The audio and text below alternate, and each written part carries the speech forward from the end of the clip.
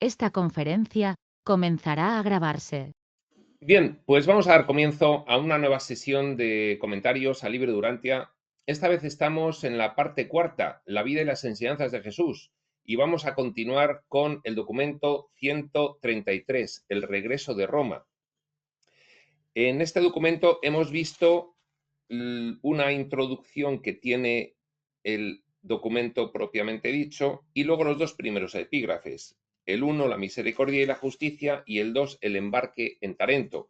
Hoy vamos a ver un epígrafe un poco largo y además que tiene cosas que comentar, que se llama En Corinto. Es el epígrafe número 3. Pues bien, sin más preámbulo, comenzamos la lectura y comentario. Y dice así. 3. En Corinto. Por el tiempo en que llegaron a Corinto, Ganid se estaba interesando mucho en la religión judía. Ganid, Gonoz, padre e hijo, a los que Jesús acompaña en ese periplo por el Mediterráneo.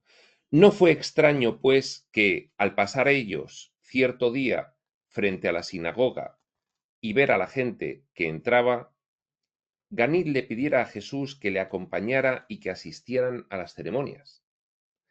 Ese día escucharon el discurso de un rabino erudito sobre el destino de Israel y después del oficio religioso conocieron a un tal Crispo, el principal de la sinagoga. Muchas otras veces asistieron a las ceremonias de la sinagoga, pero principalmente volvían para encontrarse con Crispo. Ganil le tomó gran afecto a este Crispo, a su mujer y a su familia de 5 hijos. Le deleitaba observar cómo conducía su vida familiar un judío.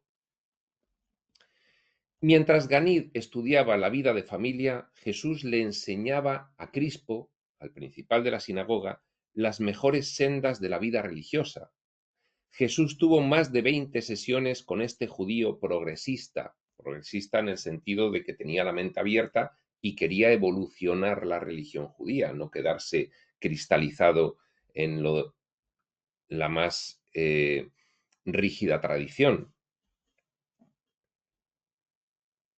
Y no es sorprendente que años más tarde, al predicar Pablo en esta misma sinagoga, y al rechazar los judíos su mensaje, y al votar ellos que se le prohibiera seguir predicando en la sinagoga, y al ir Pablo donde los gentiles, ese mismo Crispo abrazara juntamente con toda su familia la nueva religión, y llegara a ser uno de los pilares de la iglesia cristiana que Pablo posteriormente organizara en Corinto.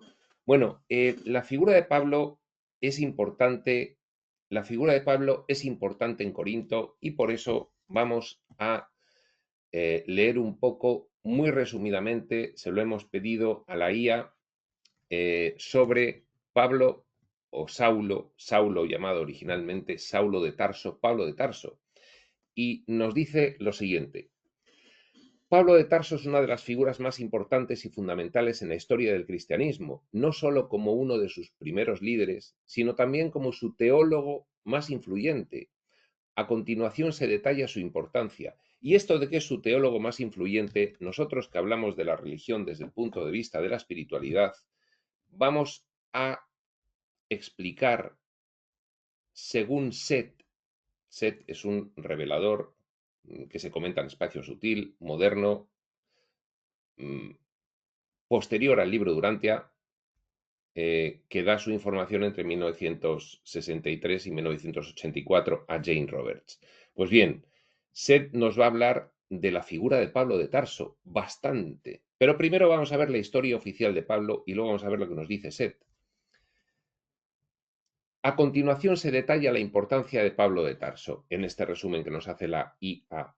1. Expansión del cristianismo. Pablo fue clave en transformar el cristianismo de un movimiento dentro del judaísmo a una religión universal. Viajó extensamente por el Imperio Romano en sus misiones, fundando comunidades cristianas en ciudades estratégicas como Corinto. Esto es lo que estamos tratando hoy en el libro Durantia, en Corinto, Éfeso, Filipos y Roma. Promovió la idea de que los gentiles, los no judíos, podían convertirse al cristianismo sin necesidad de adoptar las leyes judías. de adaptarlas sin necesidad de adaptarlas, como la circuncisión o las restricciones dietéticas, lo que facilitó la expansión del cristianismo más allá de las fronteras del judaísmo. Es decir, Pablo decía, los judíos pueden pasar al cristianismo inmediatamente sin tener que llevarse sus tradiciones judías. Este era el punto 1, expansión del cristianismo, de por qué Pablo es importante. 2, teología cristiana. Pablo desarrolló conceptos clave del cristianismo que todavía son centrales hoy en día. Por ejemplo, la salvación por la fe. Insistió en que la salvación no dependía de las obras de la ley mosaica, sino de la fe en Jesucristo. 2, universalidad del mensaje cristiano. Enseñó que el Evangelio era para todas las personas, independientemente de su origen étnico o condición social. Esto era algo muy defendido por Jesús. Ya lo iremos viendo. 3, la gracia y el sacrificio de Cristo. Interpretó la crucifixión y resurrección de Jesús como el acto redentor supremo que liberaba a la humanidad del pecado. Y aquí es donde, desde el punto de vista de la espiritualidad profunda, Pablo se equivoca. ¿Por qué? Yo especulo que Pablo se equivocó por dos sencillas razones. Primera, porque no estuvo en contacto con Jesús, con lo cual iba de oídas. Y segunda, porque los que sí estuvieron en contacto con Jesús, dado que fueron Pablo y Jesús coetáneos, pero cuando Pablo se convirtió, ya Jesús había muerto, con lo cual no le pudo conocer. La segunda razón es que los apóstoles y discípulos de Jesús no captaron la profundidad del mensaje de Jesús como para saber que no realizó Jesús el acto final en Jerusalén de la pasión y la crucifixión para liberar a la humanidad del pecado. No tuvieron la comprensión suficiente como para poder entenderlo. Pero luego Seth nos va a explicar un poco más de este tema de Pablo, que precisamente, pues, desde el punto de vista de la espiritualidad, fue uno de los errores que tuvo Pablo. El hombre fue un error justificable, no estuvo en contacto con Jesús, y de haber estado en contacto Pablo con Jesús, como Pablo tenía una grandísima capacidad intelectual, pues seguramente podría haber aprendido discernimiento espiritual profundo simplemente con estar interactuando día a día con Jesús, al contrario que el resto de los apóstoles que, bueno, pues, según nos cuenta el libro de Durantia, eran gente bastante básica. Pero bueno. Y de esta manera, pues los errores de Pablo en cuanto a la doctrina cristiana, pues por ejemplo, esto de que Jesús murió en la cruz como sacrificio para redimir a la humanidad del pecado original, pues bien, no lo acabo de entender, pero es justificable por lo que estoy diciendo. Ni estuvo en contacto él personalmente con Jesús y los que sí lo estuvieron, pues no entendieron realmente lo que implicó profundamente la pasión y la crucifixión. 3. ¿Por qué es importante Pablo? 3. Sus cartas, epístolas. Pablo escribió varias cartas dirigidas a las comunidades cristianas que fundó o con las que estuvo relacionado. Estas cartas constituyen una parte importante del Nuevo Testamento, incluyendo textos como Romanos, Corintios, Gálatas, etcétera, etcétera. Estas cartas no solo ofrecen orientación práctica y teológica, sino que también han moldeado profundamente la doctrina y la liturgia cristiana. 4. ¿Por qué Pablo es importante? 4. Construcción de la Iglesia. Hemos dicho, ¿por qué Pablo es importante? 1. Expansión del cristianismo. 2. Teología cristiana. 3. Las cartas, epístolas, Nuevo Testamento. 4. Construcción de la Iglesia. Pablo es considerado uno de los principales constructores de la Iglesia cristiana primitiva. Fue un puente entre las enseñanzas de Jesús y la estructura organizativa que permitió la consolidación de la comunidad cristiana. Su capacidad para conectar a las comunidades cristianas dispersas y ofrecer un marco teológico común ayudó a establecer una identidad compartida de todos los cristianos. 5. ¿Por qué es importante Pablo? Bueno, este 5 es un comentario final. Figura controvertida y compleja. Pablo es una figura tanto admirada como criticada. Admirada por su profundo compromiso con la misión de Cristo y su legado teológico. Criticada por algunos por lo que consideran una institucionalización del mensaje de Jesús. y por ciertas posturas sobre la mujer, la autoridad y la moralidad sexual que han sido interpretadas de manera restrictiva en algunos contextos. Sin embargo, su influencia es innegable y su trabajo ayudó a transformar un movimiento local en una de las principales religiones del mundo. Bien, bueno, pues ahora es muy interesante ver qué dice Set directamente sobre Pablo. Set en el libro segundo habla Set 2 de la trilogía habla Set. En el capítulo 10, el significado de la religión, nos explica detalladamente que la entidad que representó a Jesús de Nazaret en la tierra representó a otros dos personajes humanos. Que esa entidad era demasiado potente para poder ser albergada en un solo personaje humano y tuvo que repartirse en tres, que fueron el primo de Jesús, que le bautizó, Juan el Bautista, el mismo Jesús de Nazaret y Pablo de Tarso.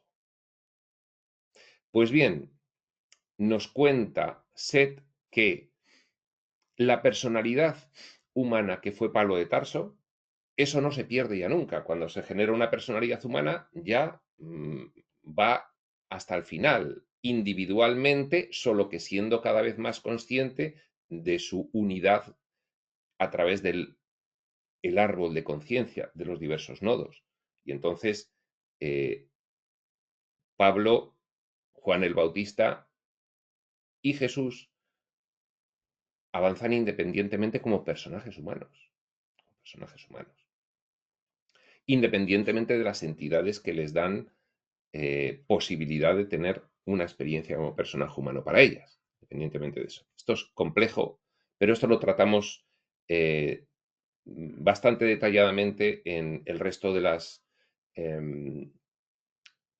revelaciones espirituales profundas que comentamos en Espacio Sutil. Pues bien, decía Jesús que la conciencia que fue Pablo de Tarso no quedó contenta de su papel precisamente por lo que desde la espiritualidad profunda se consideran errores, como lo que acabamos de comentar de ese error teológico. Es decir, Pablo de Tarso, como conciencia posterior a su muerte, haría la revisión de vida y reflexionaría sobre ello. No quedó contento porque se desvió del mensaje profundo de Jesús en algunos puntos. Y de alguna manera, fijaos que incluso cuando una entidad elevadísima, nos lo cuenta el libro de Durantia perfectamente, se auto-otorga, entidad elevadísima, en este caso el libro de Durantia, el hijo creador paradisíaco, hijo creador y administrador del universo local de Nevadón, la entidad de la cual venimos todos en el árbol de conciencia. Es Micael de Nevadón, es el nodo del cual venimos todos los del universo local de Nevadón, todas las conciencias venimos de ahí.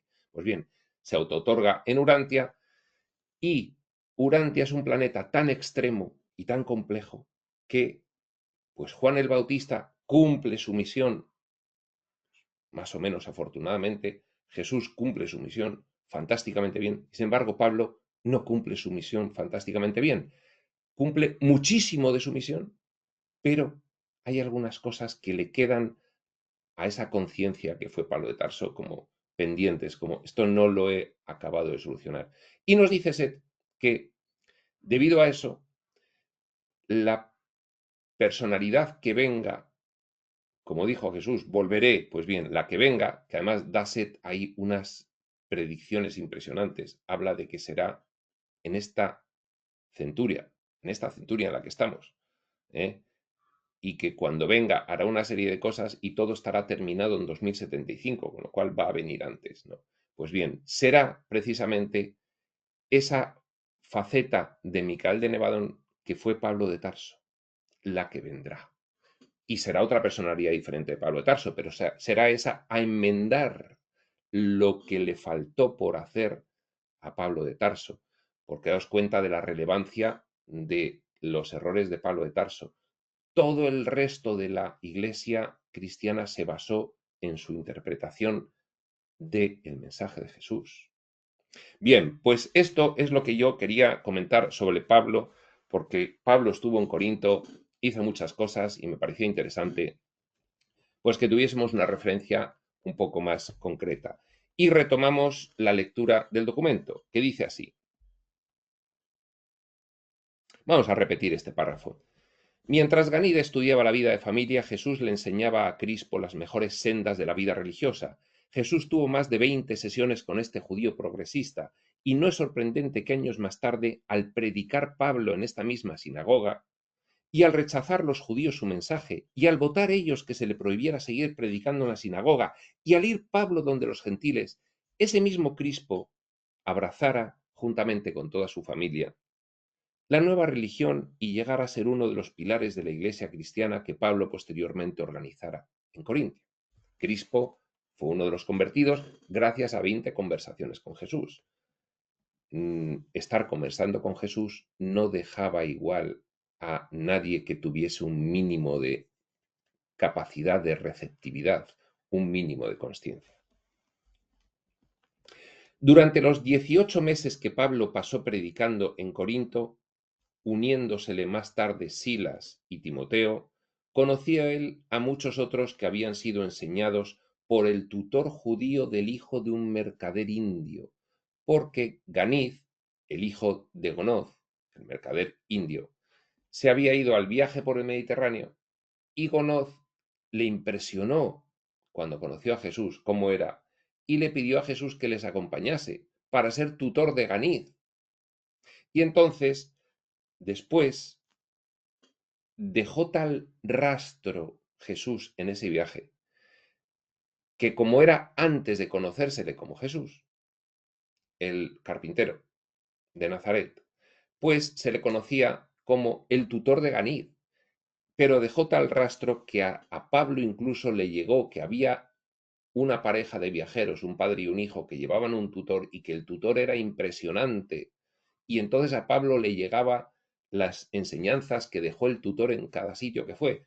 Por ejemplo, en Roma, en Éfeso y en Corinto, donde Pablo posteriormente eh, evangelizó, predicó.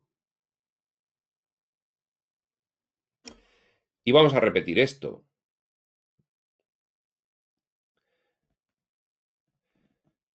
Durante los 18 meses que Pablo pasó predicando en Corinto, uniéndosele más tarde Silas y Timoteo, conoció él a muchos otros que habían sido enseñados por el tutor judío del hijo de un mercader indio.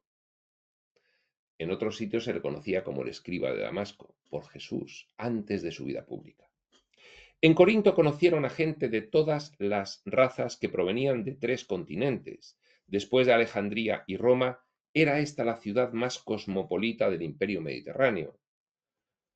Mucho había para ver en esa ciudad, y Ganid no se cansaba de visitar la ciudadela que se alzaba a casi 600 metros por encima del nivel del mar.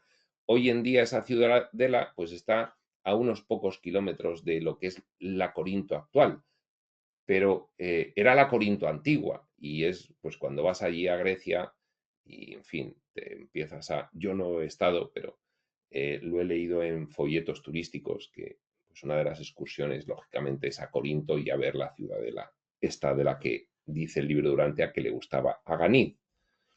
Mucho había para ver en esa ciudad, y Ganid no se cansaba de visitar la ciudadela que se alzaba a casi 600 metros por encima del nivel del mar.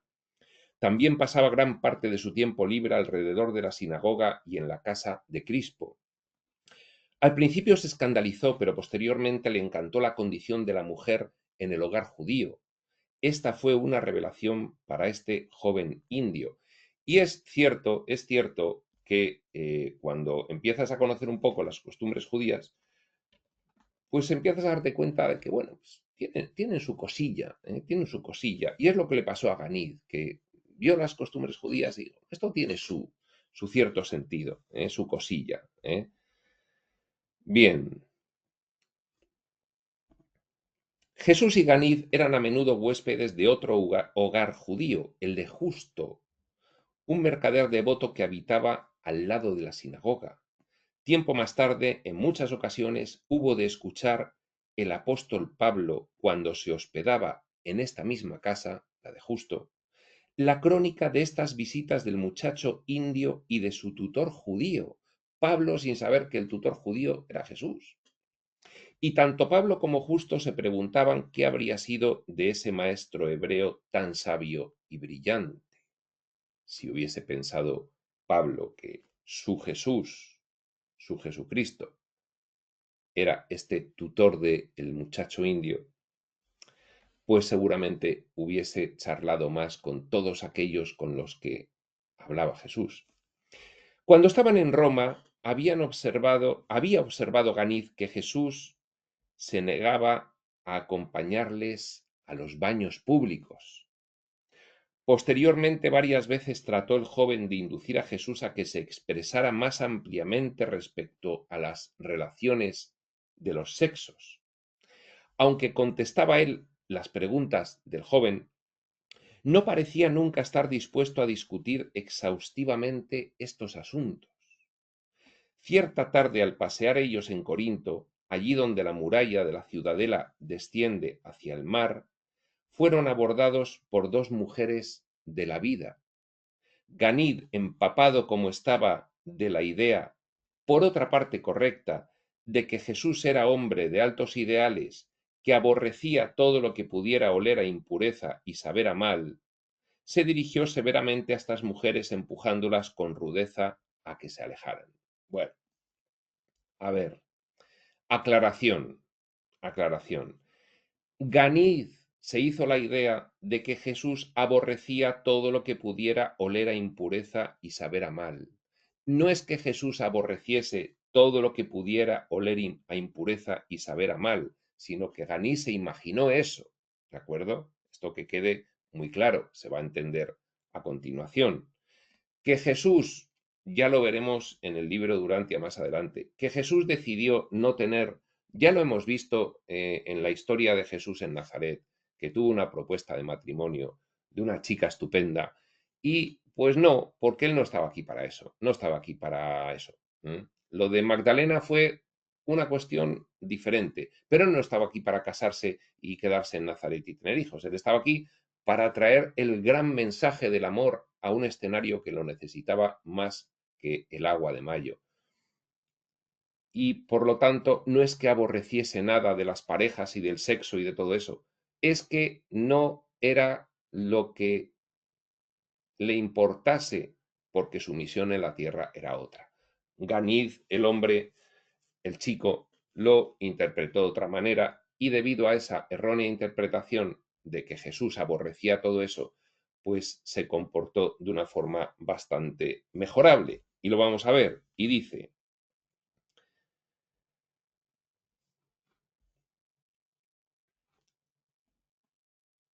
Ganid, empapado como estaba, repetimos, de la idea, por otra parte correcta, de que Jesús era hombre de altos ideales y que aborrecía todo lo que pudiera oler a impureza y saber a mal, juicio erróneo de Ganid, se dirigió severamente a estas mujeres empujándolas con rudeza a que se alejaran.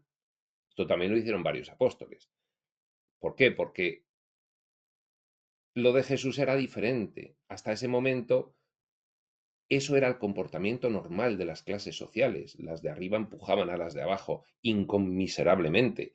Pero Jesús venía a cambiar eso precisamente, el maestro del amor.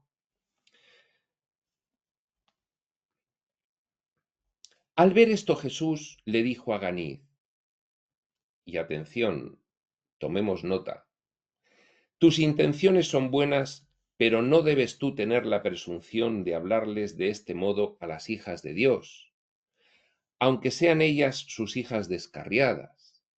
¿Quiénes somos nosotros para juzgar a estas mujeres? ¿Acaso conoces tú las circunstancias que les obligaron a ganarse la vida de esta manera? Deteneos aquí conmigo, hablemos de estas cosas. Al escuchar sus palabras, las cortesanas se quedaron aún más atónitas que Ganid mismo, porque las cortesanas esperaban ese trato que le dio Ganid, era lo normal, y entonces se sorprendieron tanto Ganid, el que imparte el trato, como las cortesanas, las receptoras del trato. Mientras allí permanecían de pie a la luz de la luna, Jesús continuó: en la mente de cada ser humano vive un espíritu divino, la dádiva del Padre Celestial, el ajustador del pensamiento. Este buen espíritu lucha constantemente por conducirnos a Dios, por ayudarnos a encontrar a Dios y a conocer a Dios. Pero en los mortales también hay muchas tendencias físicas naturales que el Creador puso allí para servir al bienestar del individuo y de la raza. Tendencias físicas naturales perfectamente válidas. ¿Qué opinaba Jesús del sexo? Tendencias físicas naturales que el Creador, Dios, diciéndolo con la información última, nosotros, en otro estado, que el Creador puso allí para servir al bienestar del individuo y de la raza. Ya está, lo dice el libro de Durantia. ¿Qué pensaba Jesús del sexo? Tendencias físicas naturales que el Creador puso allí para servir al bienestar del individuo y de la raza. Pues bien, anótenlo, diversas teologías, anótenlo. Ahora bien, a veces los hombres y las mujeres, al esforzarse, sigue diciendo Jesús, por comprenderse a sí mismos y por enfrentarse con las múltiples dificultades de ganarse la vida en un mundo tan dominado por el egoísmo y el pecado, llegan a confundirse. Fijaos lo que dice aquí Jesús. Repetimos, ahora bien, a veces los hombres y las mujeres, al esforzarse por comprenderse a sí mismos, está reconociendo Jesús que Urantia es un escenario de experimentación del espíritu, en los cuales los personajes se intentan comprender a sí mismos y experimentan. Los hombres y las mujeres, al esforzarse por comprenderse a sí mismos, uno, y por enfrentarse con las múltiples dificultades de ganarse la vida, dos razones por las que Jesús dice, acaban prostituyéndose, hombres y mujeres. En un mundo tan dominado por el egoísmo y el pecado, llegan a confundirse. Y efectivamente, es que eso lo podría repetir Jesús, un Jesús actual, a nosotros, exactamente igual, ahora mismo. Percibo, sigue diciéndole Jesús a Ganid, percibo, Ganid, que estas dos mujeres no son por voluntad propia malas, malas porque Ganid las había calificado de malas, para que Ganid le entendiese, no porque él pensase que eran malas. Leo en sus ojos que han padecido muchas penas, que mucho han sufrido a manos de un destino aparentemente cruel. Aparentemente, el mundo de la ilusión, lo real, lo ilusorio, un mundo aparentemente cruel. Este es el Jesús de un curso de milagros. ¿Veis? Que no han elegido intencionalmente este tipo de vida. En su desaliento, su desesperación casi, se han rendido a la presión del momento y han aceptado esta manera desagradable de ganarse la vida, considerándola la mejor forma de escapar de una situación que les parecía sin esperanzas. Ganid, hay gente verdaderamente mala de corazón, para que Ganid le entendiese el verbo, el adjetivo mala. Ellos deliberadamente eligen hacer lo que es protervo, la iniquidad, los que están comprometidos con el ejercicio del mal. Pero dime, al contemplar tú estos rostros, ahora bañados de lágrimas, ¿ves en ellos algo malo, algo protervo? Bien, y alguien podrá pensar, a ver, el Jesús de un curso de milagros no le hubiese dicho a Ganid que hay gente por ahí realmente mala. Jesús se estaba dirigiendo a Ganid y tenía que explicarle en la mejor forma en que Ganid podía comprender todo eso que le estaba diciendo respecto de las prostitutas. Una cuestión relacionada con las prostitutas, porque Jesús en otras partes del libro de Urantia reconoce plenamente que hasta las personas más confundidas e identificadas con la iniquidad, el ejercicio comprometido del mal, son hijos de Dios que llevan a un ajustador del pensamiento en su mente. Con lo cual, no seamos rígidos de interpretación, tengamos la mente abierta cuando interpretemos las palabras literales de Jesús en la vida y las enseñanzas, porque iban lógicamente adaptadas a cada una de las mentalidades a las que se dirigía. Y eso se irá viendo a lo largo de... Pues bien, termina de decirle todo eso a Ganid y sigue relatando el revelador. Y al interrumpirse Jesús para que el joven contestara, tartamudeó Ganid con la voz ahogada de emoción. No, maestro, no veo nada de eso. Lamento mi rudeza, imploro su perdón. Dijo entonces Jesús, te digo en nombre de ellas que te han perdonado, así como les digo a ellas en nombre de mi Padre que está en el cielo, que Él las ha perdonado. Ahora venid conmigo todos vosotros a la casa de un amigo mío, donde tomaremos un refrigerio y haremos planes para una vida nueva y mejor en el futuro. Y Jesús hace ahí una cosa que deja a todo el mundo sentado en el suelo de confusión, que es que se lleva a las dos prostitutas a la casa del judío en la que dormían. Pero claro, es que Jesús era el maestro del amor, aunque en aquel momento nadie podía entender ese gesto, pero era un gran ejemplo del mensaje que él quería dejar. Hasta este momento las atónitas mujeres no habían proferido ni una sola palabra, se miraron entre sí y siguieron a los hombres en silencio. Imagínense la sorpresa de la mujer de Justo, una devota judía, cuando a estas altas horas de la noche apareció Jesús con Ganid y estas dos mujeres extrañas, diciendo, Jesús, nos perdonarás por venir a esta hora, pero Ganid y yo deseamos comer alguna cosa, y quisiéramos compartirla con estas nuevas amigas, que también necesitan alimento. Además, venimos a ti porque pensamos que te interesaría consultar con nosotros sobre la mejor manera de ayudar a estas mujeres para que comiencen una nueva vida. Esto es impresionante.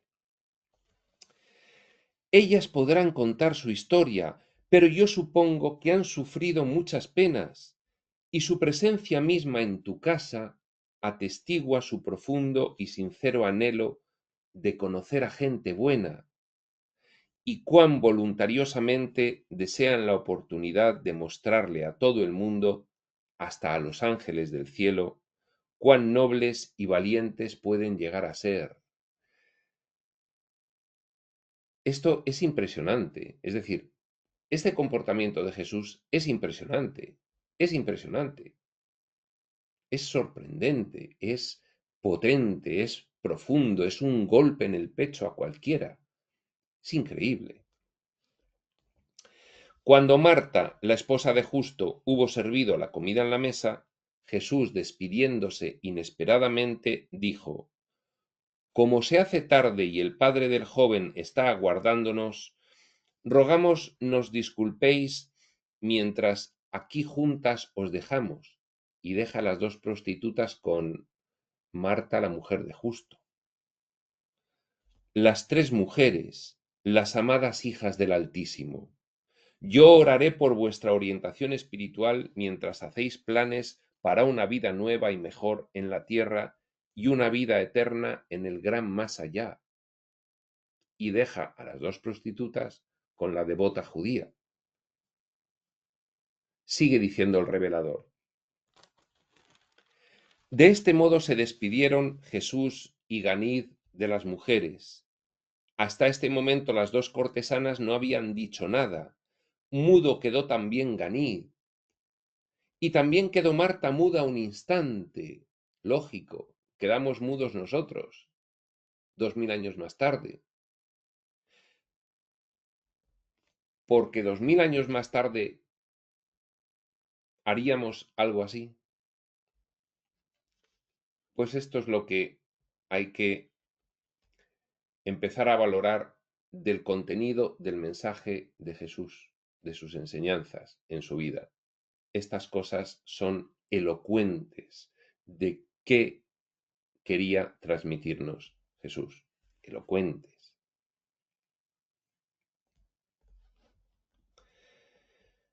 Y también quedó Marta muda un instante, pero se recobró rápidamente, haciendo por estas extrañas todo lo que Jesús había esperado que ella hiciera. La mayor de estas dos mujeres murió poco tiempo después, consolada por la esperanza de la vida eterna. La más joven consiguió trabajo en el negocio de Justo y más tarde se asoció de por vida a la primera iglesia cristiana de Corinto. Varias veces en el hogar de Crispo, Jesús y Ganid se encontraron con un tal Gallo. Esta es otra cosa ya diferente de la de las mujeres, pero yo insisto, el valor que tiene recibir información extraevangélica me refiero fuera de los 4 evangelios oficiales. Luego están los apócrifos. Este podría considerarse un evangelio apócrifo, eh, mucho más fidedigno, dado cómo se produce la revelación de este documento y por quién, que el resto de los evangelios apócrifos. Entonces, recibir el ejemplo vivo de trato de Jesús con la gente. Además, esto es fuera de la vida pública. Esto no, por eso digo, son extraevangélicos estos relatos. Tiene un valor para el estudiante de espiritualidad impresionante, impagable, insustituible. Es aplicación práctica de la información espiritual profunda.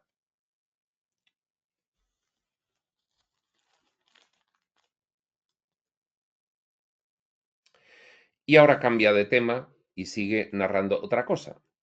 Varias veces en el hogar de Crispo, Jesús y Ganís se encontraron con un tal Gallo que posteriormente se convirtió en un leal partidario de Pablo. Durante esos 2 meses transcurridos en Corinto, ellos sostuvieron conversaciones íntimas con veintenas de valiosos individuos, Jesús y Ganid. Pero esas conversaciones son el siguiente epígrafe, 4, la obra personal en Corinto, que aquí refleja varias de esas conversaciones, las más importantes, algunas de las que tuvo con esas veintenas de personas. Ellos sostuvieron conversaciones íntimas con veintenas de valiosos individuos, y como resultado de estos encuentros aparentemente casuales, no hay casualidad, Libro Durantia también lo reconoce, por supuesto, más de la mitad de estas personas llegaron a ser miembros de la comunidad cristiana subsiguiente. Cuando Pablo fue a Corinto por primera vez, no iba con la intención de quedarse mucho tiempo, pero no sabían cuán bien había preparado el tutor judío el terreno para su labor. También descubrió Pablo que ya se había despertado gran interés por la obra de Aquila y Priscila, siendo Aquila uno de los cínicos con los que se había relacionado Jesús cuando estuvo en Roma.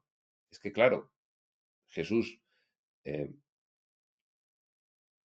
predicaba, no me gusta, porque queda muy posterior de... Bueno, cuando Jesús transmitía su información en Roma, luego los de Roma iban a Corinto y dejaban huella también allí. Entonces era una ramificación lo que iba dejando Jesús. Siendo Aquila uno de los cínicos con los que se habían relacionado Jesús cuando estuvo en Roma. Eran ellos una pareja de refugiados, Aquila y Priscila, judíos de Roma, y abrazaron rápidamente las enseñanzas de Pablo. Él vivió con ellos y trabajó con ellos porque eran también fabricantes de tiendas. Fue debido a esas circunstancias según las que Pablo prolongó su estadía en Corinto, gracias a encontrarse a Aquila y a Priscila, que previamente Aquila había estado conversando con Jesús en Roma y por lo tanto a Pablo pues todo eso le vino muy bien.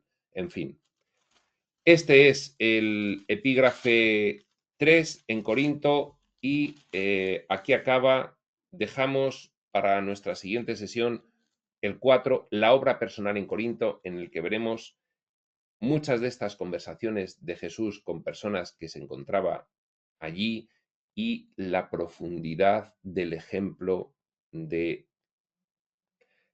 los conceptos elevados que les da Jesús a todas estas personas que con una conversación ya les cambiaba la vida para siempre. Esto será en otro momento y este otro momento será cuando tenga que ser. Hasta entonces, prospector.